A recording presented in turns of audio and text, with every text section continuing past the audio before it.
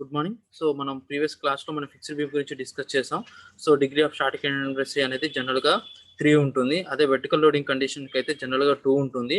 So, మనకి 4 reactions 4 equilibrium equations ఉంటే మనం సాల్వ్ చేయగలం. సో, మనకి ఇంకా ఎక్స్‌ట్రా 2 ఈక్వేషన్స్ కావాలి. ఈ 2 ఈక్వేషన్స్ ఎలా తీసుకొస్తాము అనేది మనం ప్రీవియస్ క్లాస్‌లో చూసాము. So, that is first third equation వచ్చేసి a/e = 0 ఈ equation and fourth equation is ax/a = 0. ఇలా 4 ఈక్వేషన్స్ ద్వారా మనం ఆ యొక్క ప్రాబ్లమ్‌ని సాల్వ్ చేస్తాము. సో, ఇక్కడ సాల్వ్ చేసేటప్పుడు ఏంటంటే, మనం ఏం చేస్తున్నామంటే, ప్రాబ్లమ్‌ని మనం ఏ విధంగా ఎనాలిసిస్ చేస్తున్నామంటే, ఒక ఫిక్స్డ్ బీమ్ గనక తీసుకుంటున్నాము. సో, ఈ తీసుకున్న ఫిక్స్డ్ బీమ్ ఏంటంటే, జనరల్‌గా మనకి అది ఏ విధంగా ఉందో చూడాలి. సో, జనరల్‌గా ఫిక్స్డ్ బీమ్ ఏదైతే ఉంటుందో, అదే బీమ్‌కి మనం ఒక సింప్లీ సపోర్టెడ్ బీమ్ అని చెప్పి ఏదైతే లోడింగ్ ఏస్తామో, దానికి అడిషనల్‌గా అదే సింప్లీ సపోర్టెడ్ బీమ్‌కి మనం అడిషనల్‌గా సపోర్ట్స్ దగ్గర అగైన్ మూవ్‌మెంట్స్ అప్లై చేస్తున్నాం. ఈ రెండిటిని కంబైన్ చేస్తే సో, అదేమవుతుందంటే అప్రాక్సిమేట్‌గా ఫిక్స్డ్ బీమ్‌కి ఏదైతే ఈక్వల్‌గా ఉంటుందో, దానికి ఈక్వల్‌గా ఉంటుందని చెప్తాం. సో, ఆ కండిషన్‌ని యూజ్ చేసుకొని సో, ఫస్ట్ ఏంటంటే గివెన్ లోడింగ్ కండిషన్ యూజ్ చేసుకొని మన area of bend move diagram draw చేస్తాము. Area bend move diagram calculate చేసి పక్కన పెట్టేస్తాం. సో, ఈ యొక్క సింప్లీ సపోర్టెడ్ వల్ల వచ్చినటువంటి area bend move diagram general AS అని తీసుకుంటాము. అదే విధంగా ఫిక్స్డ్ అండ్ మూవ్‌మెంట్స్ దగ్గర వచ్చినటువంటి ఏరియా బెండ్ మూవ్ డయాగ్రామ్ గనుక తీసుకుంటే దాన్ని ఏఐ తీసుకుంటాం. ఈ రెండిటిని క్లబ్ చేస్తే టోటల్‌గా area of the bend move diagram of a fixed బీమ్‌కి ఈక్వల్ అవుతుంది. సో, అదే కండిషన్, అదే కాన్సెప్ట్‌ని మనం ఏం చేస్తున్నాను, ఇక్కడ ఏ అంటే total area of the bend move diagram. So, ఇక్కడ total area of the bend move diagram ఏమవుతుందండి? Area of the simply supported bend move diagram plus area of the bend move diagram due to fixed and movements. So, అందుకని ఇక్కడ 2 వస్తాయి. So, టోటల్‌గా దీన్ని ఏ substitute చేస్తే ఇలా వస్తుంది. అయితే మనకి area of simply supported bend move diagram పక్కన పెట్టేసుకొని ఓన్లీ ఇంటర్మీడియేట్ ఎండ్ మూవ్‌మెంట్స్ కనుక మనం అప్లై చేస్తే సో, దాని యొక్క బెండ్ మూవ్ డయాగ్రామ్ ఏమవుతుందండి చూడడానికి ఇది ఒక ట్రెపెజియం షేప్ లాగా ఉంది కాబట్టి, so, half into base into హైట్‌కి ఫార్ములా సబ్స్టిట్యూట్ చేసుకుంటే మీకు ఫైనల్‌గా దాన్ని అనాలిసిస్ చేస్తే MA+MB = -2 ఇంటూ AS/L అనే ఫార్ములా వస్తుంది. ఇదే విధంగా ఇది A/A = 0 ఒక థర్డ్ ఈక్వేషన్ ద్వారా. అదే ఫోర్త్ ఈక్వేషన్ కూడా ఉంది. మనకి ఏంటిది AX/A = 0. అగైన్ ఇక్కడ A అంటే area of the total bend move diagram due to simply supported diagram and fixed end movements. Again ఇక్కడ X బార్ ఉంటుంది. సో, దీన్ని సింప్లిఫికేషన్ చేసుకొని ఇటు పంపిస్తే మైనస్ వస్తుంది. ఓకేనా. So, again simply supported bend move diagram మనకి డిఫరెంట్ లోడింగ్ కండిషన్స్ బట్టి మనకి ఫ్యూచర్‌లో మారుస్తూ ఉంటుంది కాబట్టి దీన్ని పక్కన పెట్టి కాన్స్టాంట్ పెట్టేసుకున్నాను. బట్ ఎండ్ మూవ్‌మెంట్స్ మాత్రం సేమ్‌గా ఉంటుంది. ఎందుకంటే ఎంఏ, ఎంబీ సేమ్ ఉండొచ్చు లేదా అన్‌ఈక్వల్ ఉండొచ్చు. For example worst condition unequal అనుకోని చెప్పి మనం చేస్తూ అనాలిసిస్ చేసుకుంటూ వెళ్తే దాన్ని ఒక సెంట్రల్ డిస్టెన్స్ గనుక కన్సిడర్ చేస్తే ఎక్స్ బార్ అంటే సెంట్రల్ డిస్టెన్స్ ఫ్రమ్ ద ఆహ్, దాని యొక్క area of the bend move diagram. So, అలా తీసుకొని సబ్స్టిట్యూట్ చేసుకుంటూ వెళ్తే మీకు దాన్ని అనాలిసిస్ చేసుకుంటూ వెళ్తే మీకు ఫైనల్‌గా దాన్ని అనాలిసిస్ చేసుకుంటూ వెళ్తే ఫార్ములా ఇదొస్తుంది. ఒక ఫార్ములా ఏమొచ్చింది, ఒక ఈక్వేషన్ ఏమొస్తుందంటే MA+2MB -6 AS x/L². ఈ ఈక్వేషన్ ఉంది. అండ్ ఆల్సో మనకి అడిషనల్‌గా ఇదో ఈక్వేషన్ కూడా ఉంది. MA+MB -2 AS/L. సో, ఇలా అడిషనల్‌గా మనకి 2 ఈక్వేషన్స్ ఉన్నాయి. ఈ 2 ఈక్వేషన్స్ మన నుంచి మనం ఈ 2 ఈక్వేషన్స్‌ని 2 MA, MB ఈ 2 అన్నౌన్స్ అక్కడ కూడా MA, MB అన్నౌన్స్. 2 ఈక్వేషన్స్ 2 అన్నౌన్స్ ఉన్నాయి కాబట్టి MA, MBని మనం ఈజీగా కాలిక్యులేట్ చేయొచ్చు. ఇదే కాకుండా మనకు ఆల్రెడీ ఇంకొక అడిషనల్‌గా 2 ఈక్వేషన్స్ ఉన్నాయి. సమ్మేషన్ వర్టికల్ ఫోర్స్ 0, 0 ఉన్నది. అండ్ సమ్మేషన్ మూవ్‌మెంట్స్ 0 కూడా ఉన్నాయి. అట్లా 4 ఈక్వేషన్స్ ఉన్నాయి. 4 అన్నౌన్స్ ఉన్నాయి కాబట్టి ఈజీగా సాల్వ్ చేయొచ్చు. ఓకే. ఇది అసలు basic idea about fixed beams. Okay. ఇదే విధంగా ఒకవేళ ఫిక్స్డ్ బీమ్స్‌లో గనక ఏదో ఒక సపోర్ట్ గనక సింక్ అయింది. సింక్ అవ్వడం అంటే ఇలా ఉన్నటువంటి సపోర్ట్ కొంచెం కిందికి దిగుతుంది. అంటే సెటిల్‌మెంట్ అవుతుంది. సో, దాన్నే మనం సింక్ అంటాం.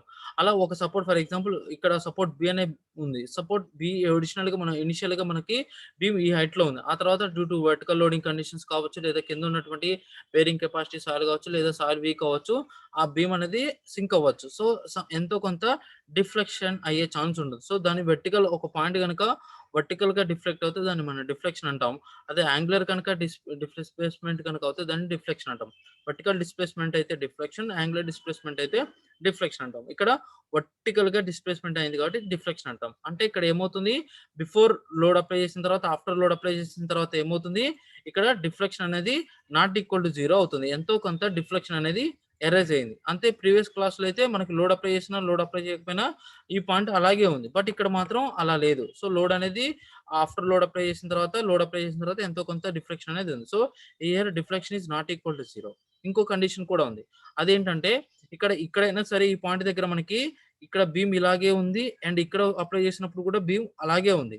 అంటే ఇక్కడ ఎటువంటి యాంగులర్ డిస్ప్లేస్మెంట్ అంటే యాంగిల్ ఇక్కడ ఏదైనా రొటేషనల్ డిస్ప్లేస్మెంట్ అంటే యాంగులర్ డిస్ప్లేస్మెంట్ ఏమైనా ఉందా? సో ఏమీ లేదు. So θ is equal to 0. Okay. ఈ 2 ఈ కండిషన్స్ యూజ్ చేసి దీని యొక్క సపోర్ట్ గనక సింక్ అయినప్పుడు దానివల్ల ఈ సపోర్ట్ సింక్ అవ్వడం వల్ల ఏమవుతుందంటే ఈ సపోర్ట్ సింక్ అవ్వడం వల్ల ఇక్కడ మూవ్‌మెంట్ క్రియేట్ అవుతాయి. ఇక్కడ ఏదైతే మూవ్‌మెంట్ క్రియేట్ అయిందో అదే మూవ్‌మెంట్ మళ్ళీ ఇక్కడ కూడా డెవలప్ అవుతుంది. సో ఈ సపోర్ట్ సింక్ అవ్వడం వల్ల ఈ బీమ్‌లో వచ్చేటువంటి మూవ్‌మెంట్స్ ఎలా కూడా మనం కాలిక్యులేట్ చేయాల్సిన అవసరం ఉంటుంది. అది ఫర్దర్‌గా మనకి ఫ్యూచర్‌లో స్లోప్ డిఫ్లెక్షన్స్‌లో గాని, కంటిన్యూయస్ బీమ్స్‌లో గాని మనకి యూజ్ అవుతుంది.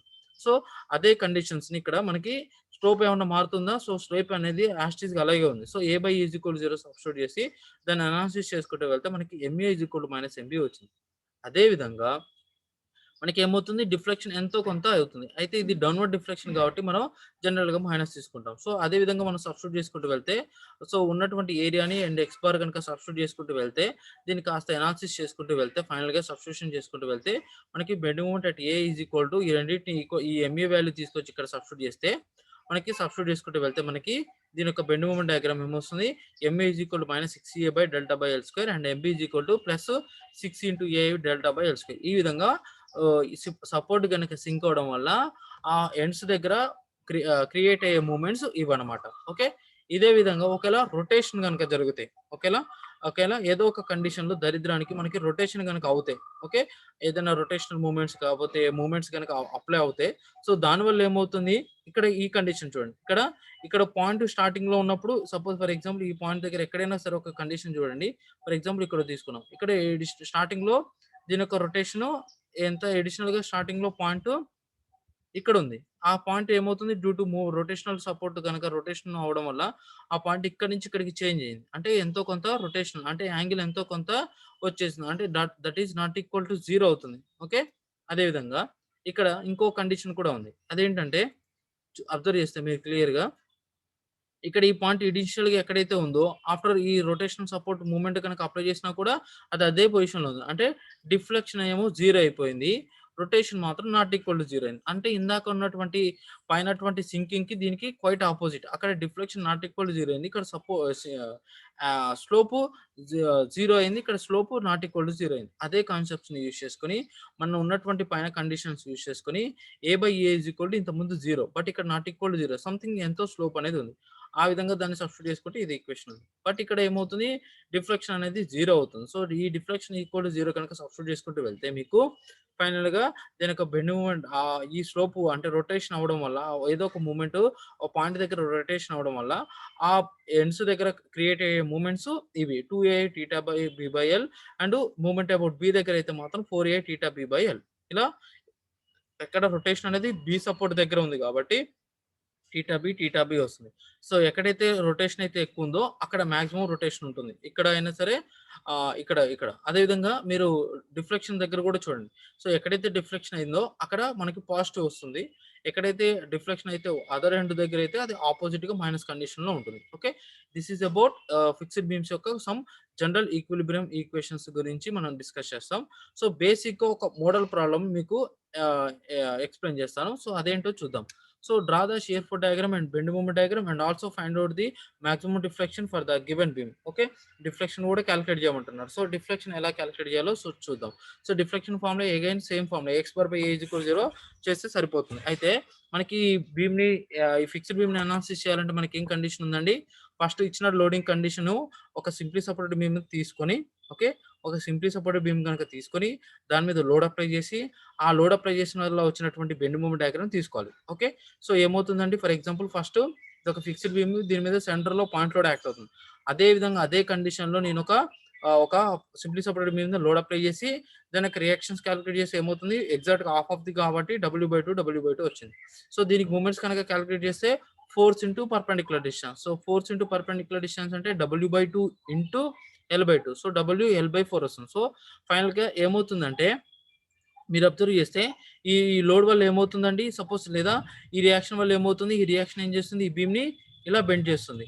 అదే విధంగా ఈ రియాక్షన్ కూడా ఈ బీమ్‌ని ఇలా బెండ్ చేస్తుంది. అంటే చూడడానికి ఇది ఏమవుతుంది ఇవి సాగింగ్ మూవ్‌మెంట్స్ అవుతున్నాయి. సో సాగింగ్ మూవ్‌మెంట్స్ అంటే smiling shape. So smiling shape మనం ఏం చేస్తాం జనరల్‌గా సాగింగ్ మూవ్‌మెంట్స్‌ని జనరల్‌గా పాజిటివ్ తీసుకుంటాం. అందుకే మనకి ఈ యొక్క బెండ్ మూవ్‌మెంట్ డయాగ్రామ్ పాజిటివ్ తీసుకుంటాం కాబట్టి పైన డ్రా చేస్తాం. సో ఇలా ట్రయాంగిల్ షేప్‌లో వచ్చేస్తుంది. సో దీని యొక్క area of bend moment diagram ఒక ట్రయాంగిల్ షేప్‌లో ఉంది. అండ్ దీని యొక్క టాప్ పాయింట్ వచ్చేసి డబుల్ L/4 ఇది బేస్ వచ్చేసి L/2 ఉంటుంది. సో టోటల్‌గా అలా తీసుకుంటే సరిపోతుంది. ఓకే.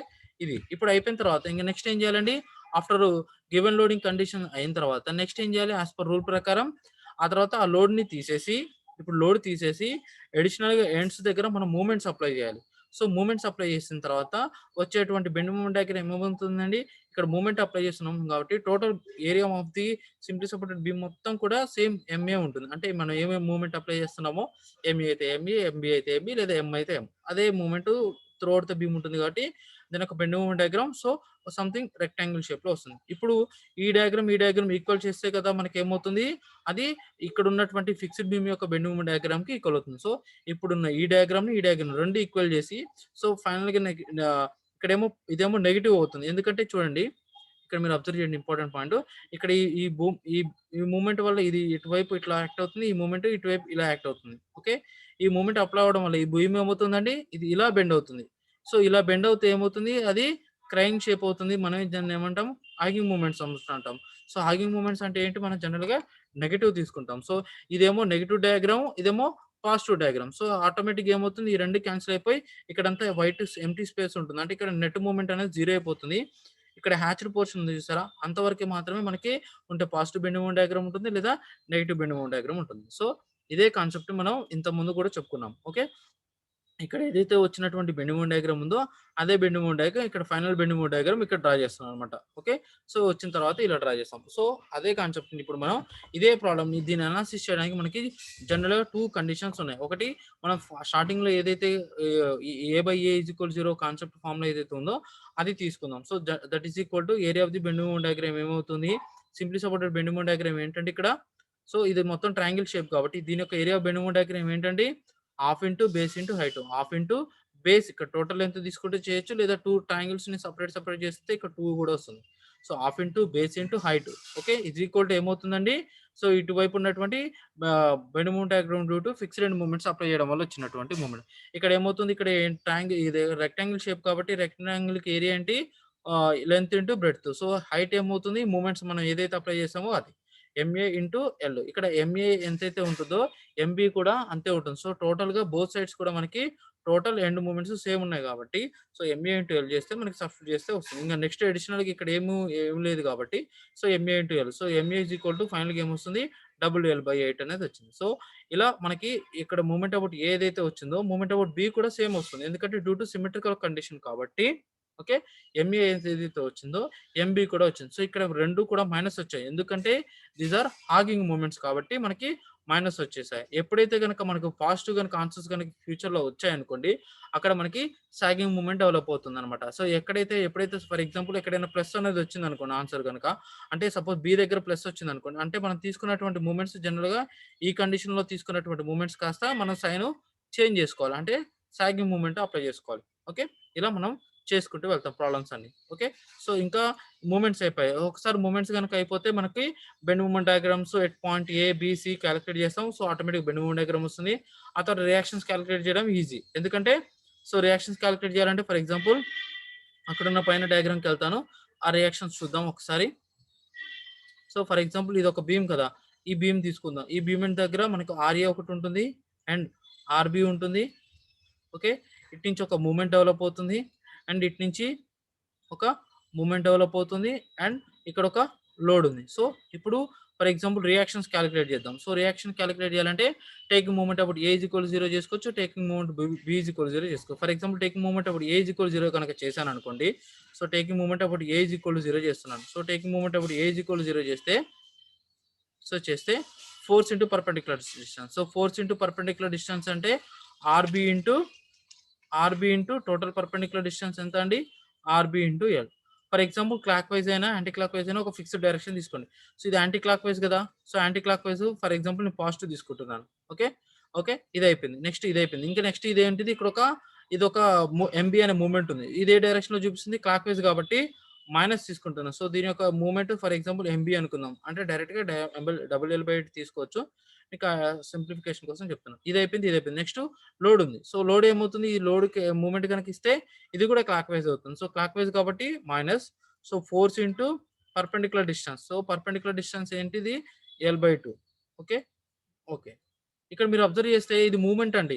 సో ఇది ఆల్రెడీ మూవ్‌మెంట్. ఇది లోడ్ కాదు, పాయింట్ లోడ్ కాదు, యూడిఎల్ కాదు. ఇది ఆల్రెడీ మూవ్‌మెంటే. సో మూవ్‌మెంట్ కాబట్టి దీనికి అడిషనల్‌గా పర్పెండిక్యులర్ డిస్టెన్స్ అంటూ ఏమీ ఉండదు. ఓకే. బట్ పాయింట్ లోడ్స్‌కి మాత్రమే ఫోర్స్ ఇంటూ పర్పెండిక్యులర్ డిస్టెన్స్ వస్తుంది. అదే విధంగా ఇక్కడ కూడా అంతే. ఇక్కడ మూవ్‌మెంట్ ఏ ఉంది. ఇది ఏంటిది ఇది యాంటీ క్లాక్ వైస్ అవుతుంది కాబట్టి ఇది ప్లస్ తీసుకుంటున్నాను. So plus MA. ఇంకేమన్నా ఉన్నాయా? ఇంకేమి లేవు. అయిపోయింది. టోటల్‌గా కంప్లీట్ అయిపోయింది. That is equal to 0. ఒకసారి కిందకెళ్ళి చూడండి. సేమ్ ఇదే ప్రాబ్లమ్ వస్తుంది. అంటే కింద ఉన్నటువంటి ఈక్వేషన్ ఏదైతే ఉందో అదే కండిషన్ వస్తుంది. RB into L so W into L minus MB plus MA. ఇలా తీసుకుంటే ఇక్కడ minus MB plus MB cancel అయిపోతాయి. ఎందుకంటే డబ్ల్యూ ఎల్/2 రెండు ఈక్వల్ కాబట్టి మీరు సబ్స్టిట్యూట్ చేసుకుంటూ వెళ్తే ఫైనల్‌గా దాన్ని ఆన్సర్ చేస్తే మీకు డబ్ల్యూ/2 వస్తుంది. ఇలా సిమెట్రికల్ కండిషన్ కాబట్టి సేమ్ ఆర్‌బీ, ఆర్ఏ రెండు ఈక్వల్‌గా అవుతాయి కాబట్టి ఒకసారి రియాక్షన్స్ వస్తే next shear force diagram draw చేయడం ఈజీ. సో అదే విధంగా point of contact fractures find out చేయడం ఇదంతా మీకు ఆల్రెడీ ప్రీవియస్ క్లాసెస్ గురించి డీటెయిల్‌గా చెప్పుకున్నాం. సో మనం ప్రాపర్టీ క్యాంటిలివర్ గాని మనం ఇంకా వీటి గురించి స్ట్రాటజీలో కూడా డిస్కస్ చేసుకున్నాం. సో ఓకే అక్కడికెళ్ళండి. ఓకే. అదేవిధంగా ఇంకా ఈ ప్రాబ్లమ్‌లో డిఫ్లెక్షన్ కూడా అడిగాడు. సో డిఫ్లెక్షన్‌కి కూడా అడిగాడు కాబట్టి డిఫ్లెక్షన్స్ కాలిక్యులేట్ చేయాలంటే మనకి జనరల్‌గా ఏంటండి problem formula AX bar by EA is equal to 0. So AX bar అంటే ఏ అంటే area of the bending moment diagram. ఇక్కడ ఒక యాంగిల్ పోర్షన్ ఉంది. అదేవిధంగా ఇక్కడ ఒక రెక్టాంగిల్ కూడా ఉంది. సో రెక్టాంగిల్ కూడా ఉంది. సో టోటల్‌గా 2 ఈ మనకి బెండింగ్ మూమెంట్ డయాగ్రామ్స్ ఉన్నాయి. సో ఈ రెండిటిని విత్ రెస్పెక్ట్ ఇక్కడ డిఫ్లెక్షన్ అడిగాడు కాబట్టి ఇక్కడ నుంచి దీని యొక్క సెంటర్ డిస్టెన్స్ తీసుకోవాలి. ఓకే. అలా తీసుకున్నప్పుడు ఇదేమో L/2 ఓకే. ఇది వీటి గురించి చూద్దాం. ఓకే. ఒక్కసారి కిందకెళ్దాం. ఓకే. సో ఇప్పుడు చూడండి. సో ఏఎక్స్ బార్ బై ఏ ఇక్కడ మీకు చూస్తే మీకు సింపులెస్ట్ వేలో చూస్తే ఒక రెక్టాంగిల్, ట్రయాంగిల్ ఇక్కడ ఆల్రెడీ డ్రా చేశాను. ఒక రెక్టాంగిల్, ట్రయాంగిల్‌గా ఉంది. Okay. With respect to centre distance అన్నాడు కాబట్టి సెంటర్ దగ్గర నుంచి దీన్ని తీసుకోవాలి. సో ఇదంతా ఇంతవరకు అబ్జర్వ్ చేస్తే ఇది ఎలా ఉందండి? ఓకే. ఇంతవరకు చూస్తే ఇదొక రెక్టాంగిల్ కాబట్టి దీని యొక్క area of the bend moment diagram ఏమవుతుందండి? సో ఇది ఒక రెక్టాంగిల్ కాబట్టి ఇది ఫోర్స్ ఇంటూ పర్పెండిక్యులర్ డిస్టెన్స్ అదే అంటే లెంత్ ఇంటూ బ్రెడ్త్. సో ఇక్కడ లెంత్ ఇది breadth. So length into breadth. So area of the rectangle portion అయిపోయింది. అండ్ ఇట్స్ సెంటర్ డిస్టెన్స్ ఎగ్జాక్ట్‌గా హాఫ్ ఆఫ్ ది డిస్టెన్స్ నుంచి ఉంటుంది. Half of the distance. ఈ distance ఎంత? L/2 కాబట్టి 1/2 ఇంటూ L/2 ఓకే. రెక్టాంగిల్ అయిపోయింది. నెక్స్ట్ ట్రయాంగిల్‌ది. ట్రయాంగిల్‌ది కావాలంటే half into base into height. ఆ బేస్ అంటే ఇక్కడ ఓన్లీ హాఫ్ ఆఫ్ ది పోర్షనే కాబట్టి L/2 హైట్ వచ్చేసరికి డబుల్ L/4 మీకు ఆల్రెడీ తెలిసింది.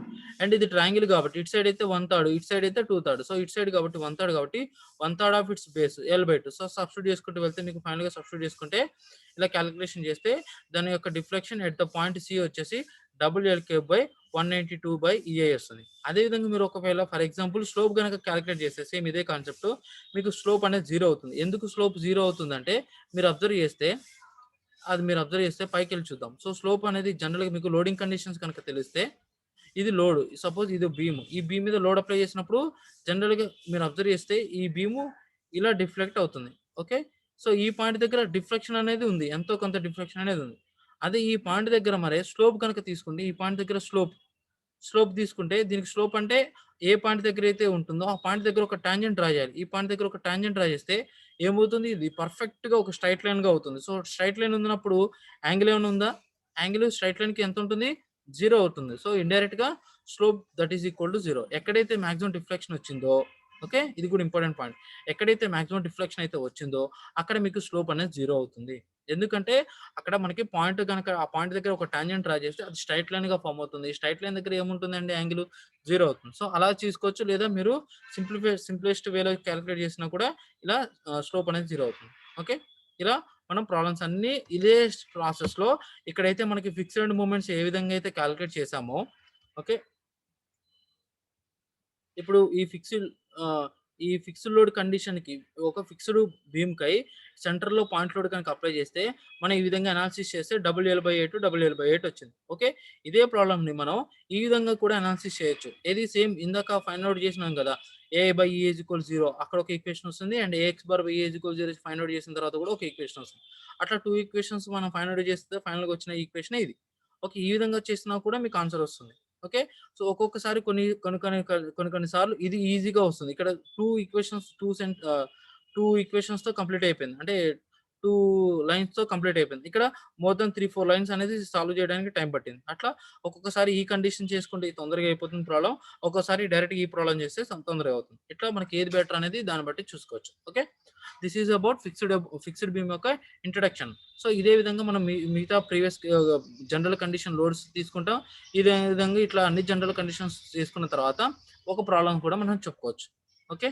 So thank you.